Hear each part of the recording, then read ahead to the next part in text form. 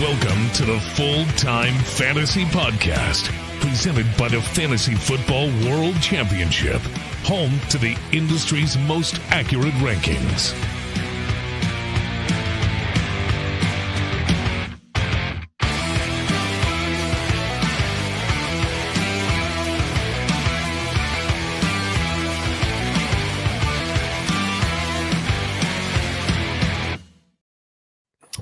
What is up, everybody? Welcome to the Full-Time Fantasy Football Podcast. As always, I'm your host, Adam Krautwurst. And with me again tonight is Jerry Daily Double Bryant, high-stakes grinder over here at the FFWC. We're going to talk Week 8 waivers tonight. Jerry, what's going on, my friend? Oh, nothing much. Just trying to find somebody out there, and I'm having a hard time finding anybody.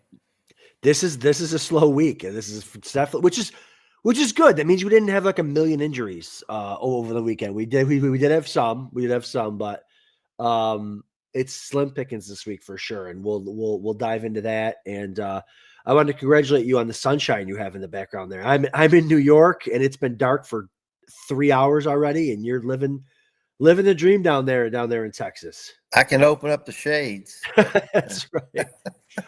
Jealous, absolutely jealous. So. Yeah, so we'll dive in this week to the waivers, and we'll go over some guys you can drop. We'll go over some bye weeks, and if anyone has any questions, sit questions, throw them in the chat. Any trade questions, you can throw them in chat too, and we'll try to get to those too. So, all right, cool. So Week 8 buys this week, Jerry. We got a bunch. That's probably another reason why we don't have a lot of guys to pick up this week. Week 8 buys. We got Cardinals, Lions, Jags, Raiders, Rams, Seahawks. It's funny. We grind all year, build these teams, and sometimes it's just a matter of, hey, who am I playing against? If they have, 2 Lions and 3 Jaguars, I might just win by default, So, or I might lose by default. Have you found that you have a lot of guys on waivers this week, Jerry? Not as many as I thought. It's funny when you say that. One of the things I do right after a draft is I go through the schedule, and I see who I'm playing and how many guys they have off that week. Yeah. That's how sick I am. You're a sicko. You're absolutely a sicko. I absolutely look at every team and say, oh, okay, this guy has 4 guys off when I play him. Yeah. I respect it. Here, okay, Jared, I'm a sicko too. You know that. But I'm like the exact opposite. So I've talked about this before. I don't even know if you know this. I don't look at my scores at all until after Sunday Night Football, because I'm in so many leagues, and I'm in 5Ks, 3Ks, 2Ks. I'm in main events, world championships. I don't want to be in a 5K and know that I'm playing against Jamar Chase on Thursday Night Football that went off for 38 points. Like, I don't want to, that's going to ruin my entire weekend. I want to just know who I've got and sit back and just cross my fingers that when I look at the scores on Sunday night, that I'm doing pretty well. Are you a score follower? Are you glued to those? It's so funny you say that. I chat with William Meyer all the time, and he'll tell me, "Oh God, I'm losing all my games." And I tell him I don't look until Tuesday morning. I will not look. Now, one thing I do. And it's one of the features on our site is the player ownership. Yep. So if I see a guy's got 2 touchdowns, I'll go to player ownership, pick him, and then see how many teams I've got with him. Oh, there you go. Okay. Great features on the site. But sure. I will not look at the scores until Tuesday morning after it's all over, because it pisses me off too much. And it's exactly right. The only thing I'll do, which is what I know we're in a portfolio together, chat with all these guys, is I'll just take the biggest buy-in teams, the 5Ks and 3K. I'll screenshot our lineup and I'll post it just so we can kind of follow along with how our teams something to talk about. Yeah, that's right. But I don't want to let it. Hey, by the way, the team that but the downside to that too is, you're not following along when you have some crazy comeback. Like, for example, we co-own a 5K together, and that team was dead. CMC goes off Sunday night. Oh, God. 40 fantasy points. He wins us the week. He wins us the, like, I wouldn't even have known that. I wouldn't even have followed. I couldn't even follow it. So you wake up like, oh my God, CMC just won us the week. So you do miss out on fun stuff like that. But Yeah, that's true. anyways, let's dive into these waivers here. We got those teams on a bye. All right. Let's start with Tez Johnson and Sterling Shepard. Wide receivers are a big deal over here at the FFWC. You got to start 3 receivers. You can start up to 5 with the 2 flex. Tez was available in a lot of leagues. So it's interesting too, Jerry, you know this, the timing of injuries and the timing of situations, right? Like Mike Evans is out. He's probably out for the year. I'm interested to see how many people drop him. I didn't drop him in the leagues I have him yet because I really like, if you have a really good team and he's going to be back for the playoff for the 3-week race, he's probably worth holding on to. But last week, we didn't know if Evans was going to play. We didn't know if Egbuka was going to play. It was Monday Night Football, so people were picking up the Tez Johnsons and the Sterling Shepards last week just in case to play them for that Monday night game. So now when you go to waivers and look for Cameron Johnson and Sterling Shepard, they're all scooped up because people were worried about their guys not playing last week. But there is some Tez Johnson out there.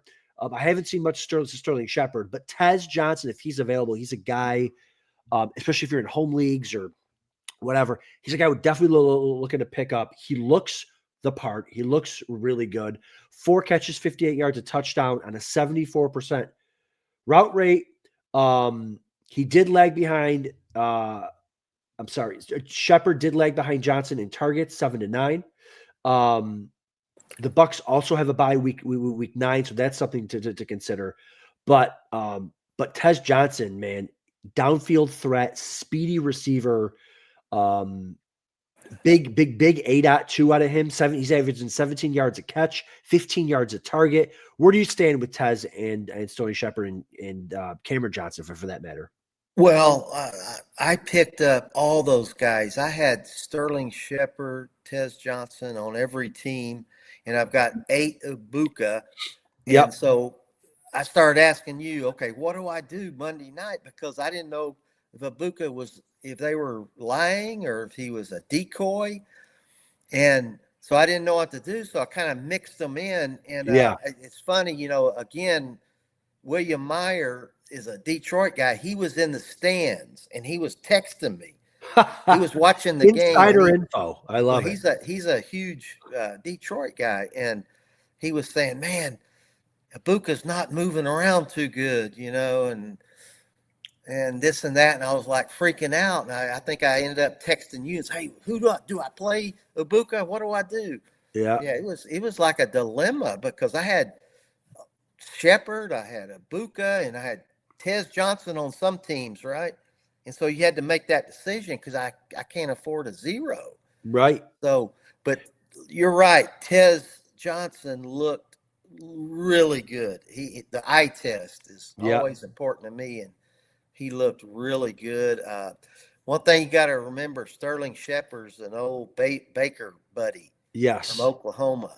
Yep. And I think he got him to come to Tampa Bay from the Giants because they're buddies. So that's why I picked up Shepard a bunch, the previous weeks because, him and Baker are buddies. But I'm telling you, I'm worried a little bit about Egbuka.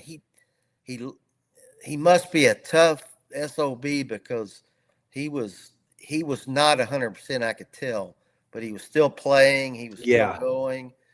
And so that's something I think you got to watch because Godwin's already ruled out again this week. So. Godwin's ruled out. Evans is out for a while. Listen, don't listen to Will Meyer. You just said you don't look at your scores, which you should have gone and seen how many teams you're playing Meyer in. He's over here telling you not to play Egbuka. He's giving you misinformation. That's right. Yeah. But yeah, I'm a huge Egbuka owner. I've got a ton of, so I'm happy that he's going to be the kind of the main guy going forward here. But I think if Tez Johnson and Sterling Shepard are available, you got to want to pick them up. Baker Mayfield's playing like an MVP this year. It didn't look great the other night, but kind of a lot of things went wrong for him there. And I didn't see this guy available really anywhere. I'll do another look through when I get done on the show. But Cade Otton is a guy that like whenever there's major, like last year, he was the best tight end in the league for a month. Right. Because they had no receivers. Well, we're kind of almost getting to that point where if Cade Otton's available, he could be and I'm not even kidding, he could be a league-winning type player at tight end. I mean, you saw what happened the other night. He got like 5 or 6 catches down the stretch after that's what happens. Yeah. After Evans went out. So if he's available, or if you're in a league where you can trade and stuff, I might try to sneak a little trade in there for Cade Otton because he could be the dude. Without a doubt. Down the stretch. One of the things you got to remember, though, roster size. Yes. Okay? I don't know what all these other big sites are. I've played on them, but I can't remember. I know RT Sports was a smaller roster, but FFWC, there's 20-man rosters, right? So it's a totally different world when it comes to waiver. There's nobody out there. Nobody available. So when there is somebody, these guys are, and we'll get to the tight ends later, they're going to be throwing all their money in on these guys because it's different if you got a 18-man roster, right? Or even a 16-man in some leagues. It's a totally different world. In FFWC, there's just very few guys out there. That's right. And then you get to the point too, kind of the game within the game. Like, I'll be honest. I got, I drafted a million teams. I think I had maybe like 15 or 16 mid-stakes circa Las Vegas championship teams. On the teams that are dead, I'm going through and I got $600. I'm spending all my money on all the top guys because I want to keep the other team because it's a big tournament, right?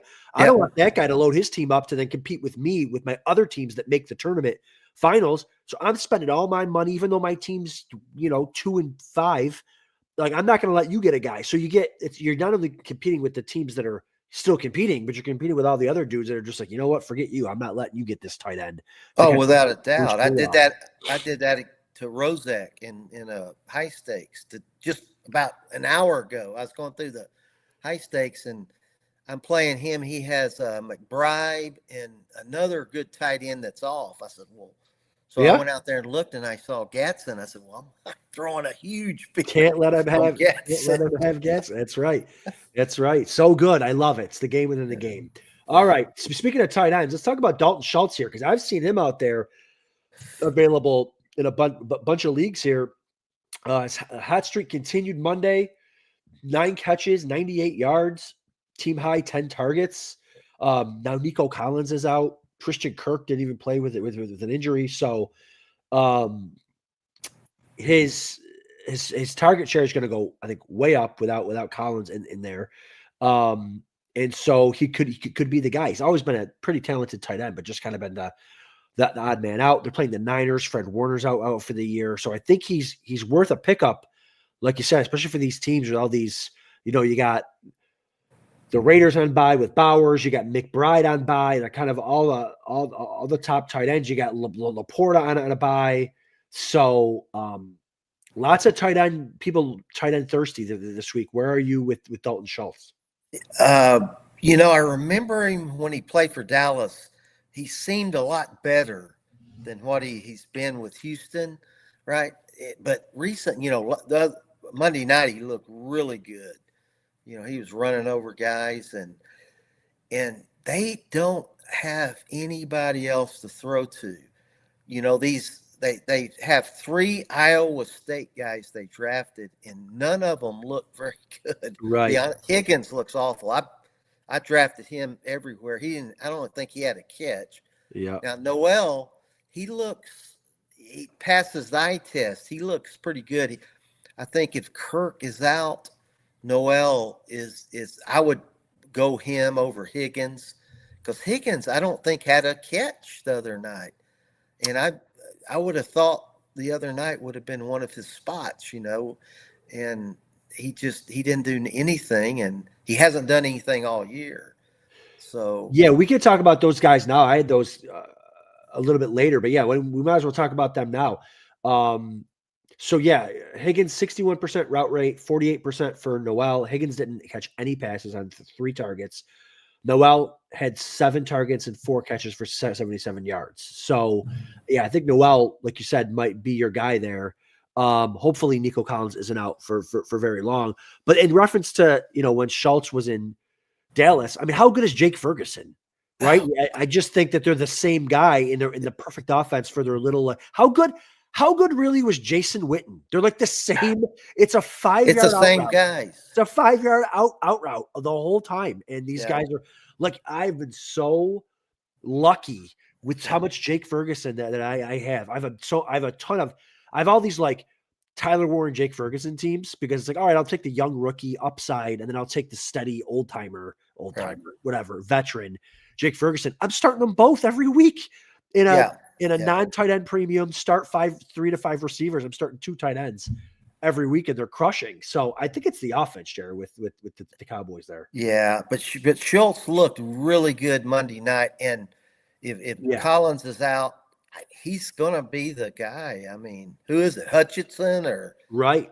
And of course, their offense is horrible, and they're playing the 49ers, so that's a very interesting game. See, they both. And listen, this is a safe area, people here. We're not making fun of anybody. Jerry and I do this like this is what we do. There are going to be situations where like we're like talking about Higgins with no catches and Noel. In FFWC, you will see people starting these guys next week because of bye weeks and injuries. They're absolutely worth an ad and a start because of all the bye weeks and the injuries. You could start 5 receivers. You're going to find these guys in being picked up this week and started. So these conversations matter. And I think you're right with Noel having a little bit of an edge on just kind of being better, maybe having a little bit of trust. I would like to see Christian Kirk come back because he's the veteran presence there. He's a guy that could draw 12 targets next week in a game against San Francisco. But I don't think he's going to play. Yeah, I don't know. And he hasn't done anything all year. I know. He was hurt earlier in the year.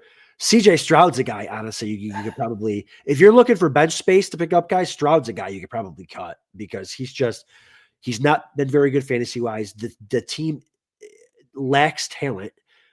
He doesn't run. He's not a very great runner. So I don't know. He's a guy that you could probably look to add a different quarterback for, but we'll get into that here in a second. All right. This tight end, like you said last week, and I think he was a guy I was talking about 2 weeks ago on the show, Jared, Arondé Gadsden. He's not going to be able to build a lot of spots, but like you said, you saw him one spot here or there.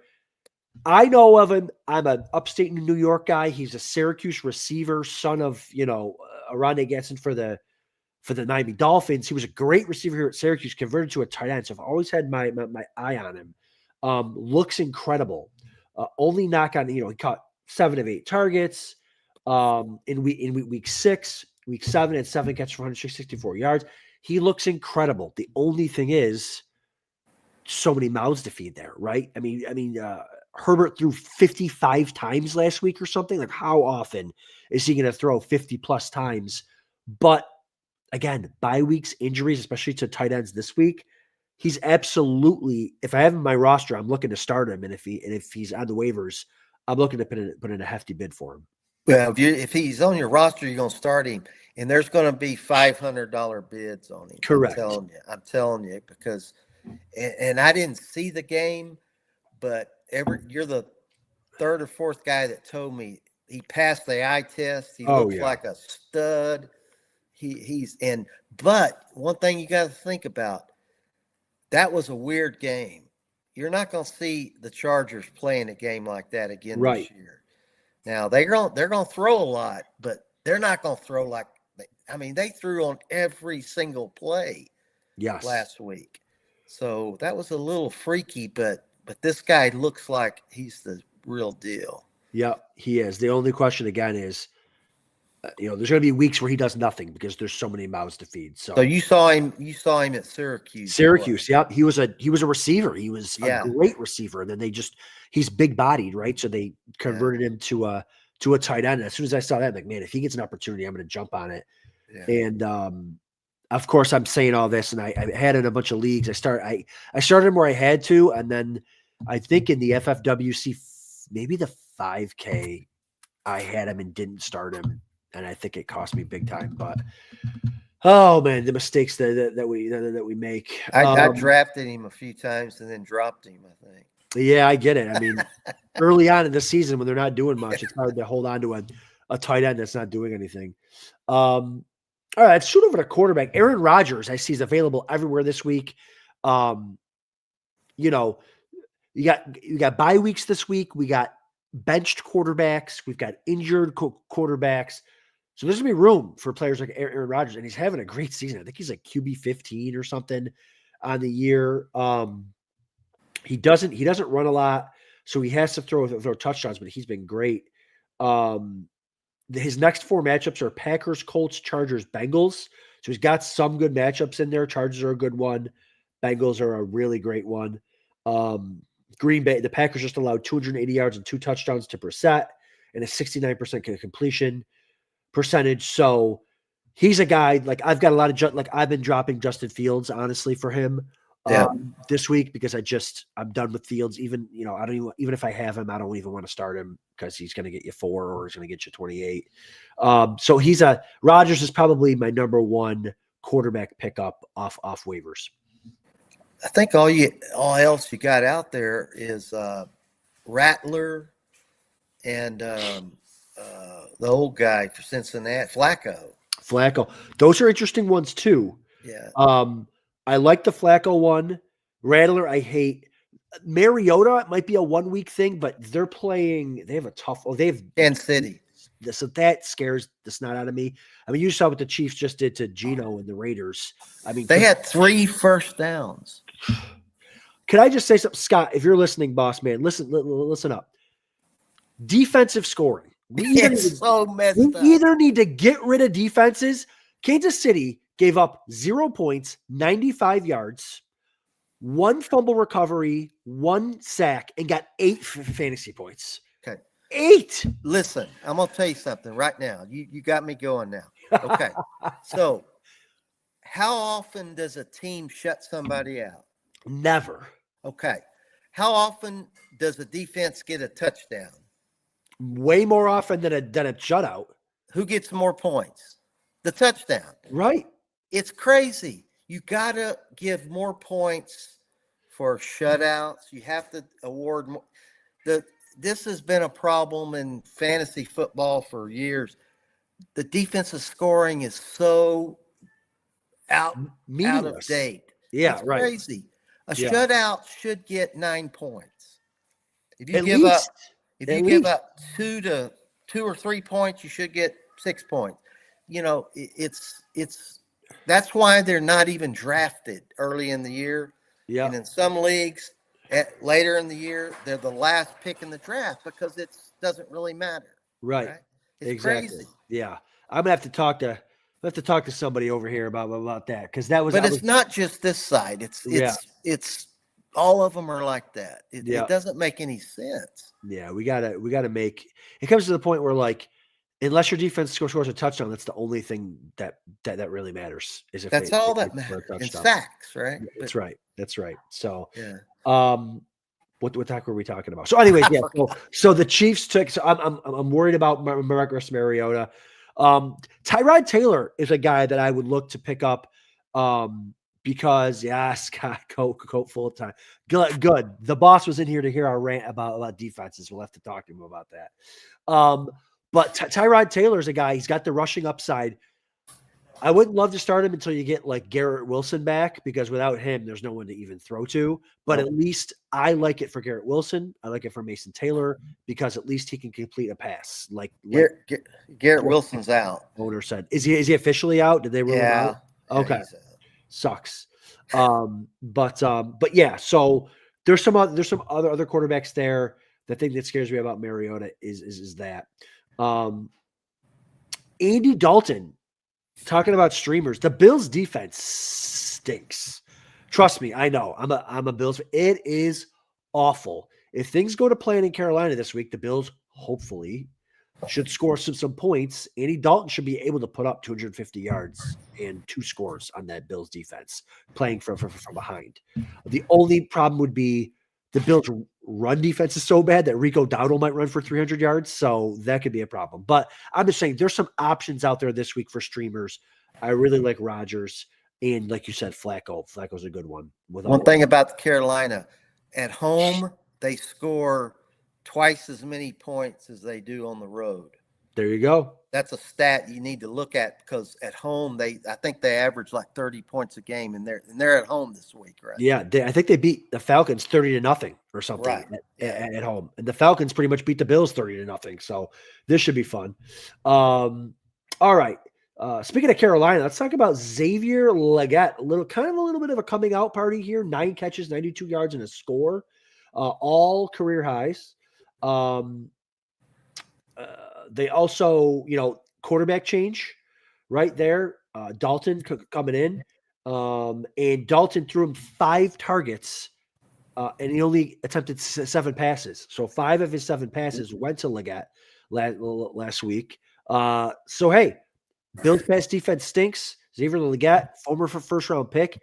Maybe he's something. Personally, I hope it's Tet McMillan. I've got a lot of Tet McMillan, but I would love Xavier Legette is available everywhere. So he's a guy that, hey, with the injuries and the bye weeks and the nice matchup against the Bills, he's a guy that you could certainly put a bid in on. Good point. I'm going to write that one down. I didn't realize that Dalton threw him that many passes. Yeah, for sure. I mean, he's had his issues, but it looks like the last 2 weeks have been pretty good for him. So what's up, Nick? Nick in the chat, former back-to-back world champ. Look at him. All right, we talked about Jaden Higgins and Jalen Noel. Brashard Smith, a guy that is available on some waivers. Speaking of that, you said it this a couple of times, the eye test. I love the eye test with Brashard Smith, especially when you put him up against the other plotters that are on his team, Kareem Hunt, Isaiah Pacheco. He looks like he's playing a different sport than those guys when it comes to the speed. Kareem Hunt got a little banged up. I don't know if he's playing this week, but you're an injury away from one of those guys from maybe Smith exploding onto the scene. Like, I'm trying to think of the running back that did it. McKinnon. Thank you. Yeah. Speaking of Nick, world champ, Jerick McKinnon on his team, could have that type of effect in the fantasy playoffs. So Brashard Smith, I like him. But you got to have a deep bet. Like you said, it's going to be hard to maybe find someone to drop for him, but I would try to make it work. Yeah, agree. Another one is the guy for New Orleans, Neal. Yeah. Miller's out. If Kamara gets traded, who are they going to play? Right. I mean, I'm super annoyed because I have a ton of Kendra Miller just waiting for Kamara to get traded. And Miller looked decent this year, but of course, it's 9.2 touches per game that Kendra Miller was getting. My only thing about Devin Neal is, of course he's worth adding. Every running back is worth adding. They're always an injury away. But Taysom Hill is so freaking annoying. Like he gets all these valuable touches. Like if you were going to tell me that Neal was locked into like at least a goal line role, like okay. He's got the goal line roll. If Kamara goes down, he's got, he'll get a bunch of stuff in the goal line roll. Like I'm just never would ever even dream about starting him. So I wouldn't, all I'm saying is look to pick him up, especially if you have Kendra Miller or if you have Alvin Kamara, but I wouldn't go crazy on him because the offense stinks and Taylor's there taking away those valuable touches. Yeah. What do you think? I agree. Yeah. But again, with 20-man rosters, yes, people are just digging for guys like that. Yeah. Definitely pick him up, but we'll see. All right, last name I got here, and I don't even know if I'm going to pronounce this right. Chimere Dike, is that his name? That or Dyke. What? Yeah, I'm going to say Dike from now on. Wide receiver for the Titans. Had a big game last week. Had a nice long touchdown on a backside post route there. He's had a 67% route rate, third behind Elick, Ayamanora, and Van Jefferson. But he did have that big play. Ridley, who knows? We haven't heard much of anything about his injury. We were on this show a couple weeks ago talking about like Calvin Ridley's available everywhere. Why? Why? The second we pick him up, he gets hurt, and now we're all going to be dropping him in 3 seconds. So, but again, with the injuries, with the bye weeks, there's some teams I got that I'm like, man, if I can get him for a couple bucks, I could see myself starting him on a flyer. Cam Ward looked better. against a good Patriots defense. His completion rate's better. His yards per attempt is getting better. So I could see the Titans giving this guy, DK, a shot with not a lot of other weapons around there. So he's a guy maybe you put down at the bottom of your claim list, and maybe you get him for a couple bucks. Yeah, I know you're running out of time. I heard something over the last few weeks. I keep hearing things about this guy. I put in a waiver request on him in every league this week. There you go. Yep. So he's a guy that you should certainly look into grabbing, especially with all the injuries there. So, all right, last thing, streaming defense. I like the Falcons against the Dolphins this week. Falcons have a really good pass defense, and the Dolphins stink. So they're a team that's available pretty much everywhere on waivers. And for people, in these high-stakes streets, it's starting to get, the end is getting close here for the regular season for a lot of these tournaments. If you got a good team, first or second place, you think you're pretty much a lock to make the playoffs. Start looking down the road for defenses and kickers, because find those nice matchups, pick up those defenses. I wouldn't carry two defenses, but you can afford to grab a defense, because like Jerry and I said, unless they score a touchdown, they're not going to do anything for you. They're not going to kill you. They're not going to do a ton for you. So look down the road, see what teams have good playoff matchups, pick them up and just ride them out the rest of the year. I know Tampa's got a good playoff matchup. A couple other teams have a nice playoff matchups there, but the Falcons this week I like as a streamer. Do you got any streaming defenses you've been looking at, Jer? Well, I keep saying Green Bay, but they haven't done anything. No, fantasy wise now. Right. They're like one of the worst defenses. It doesn't even make sense. It doesn't make any sense. But I picked them up a few times. I couldn't believe they were available. So. Yeah. So just stream those guys. I'm streaming those defenses, and then start to look kicker matchups. Look for kickers kicking inside domes. Good weather for those late season. The great thing about FFWC is you don't have to carry two kickers to the tournament because it's team kicker. So if the kicker gets hurt, I'm gonna make a prediction. No, give me something. The Dallas guy is going to break the record this week, longest field goal ever. They're in Denver. Ooh. Whatever the record is, he's going to break it. Jer, he's an absolute weapon. Like Unbelievable. There were times where I was targeting him in big drafts. I'm like, I'm going to grab him here. I'm going to do, you never take a kicker early.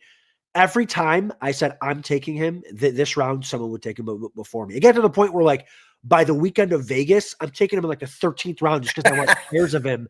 Mr. Pink was taking him in 14th round at the beginning of the year. Dude, he was probably not wrong. Listen, look at all your teams. How many 14th, 15th round picks are doing anything on your team? Yeah. No, none. This guy's an absolute weapon.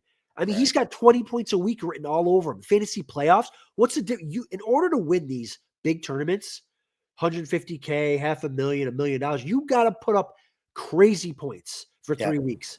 A kicker that can put up 20 a week, that's a guy that you want to have on your roster. Or 10 or 12 even, yeah. Right, exactly. Yeah. So, all right, my friend, well done tonight. Thanks for joining me. I got to fly out of here. I got parent obligations. But thanks everyone for joining the chat. And any questions, comments, hit me up on Twitter at Adam_Krautwurst.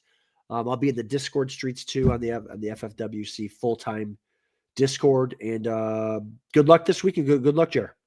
All right. Thanks, guys. Good night. All right.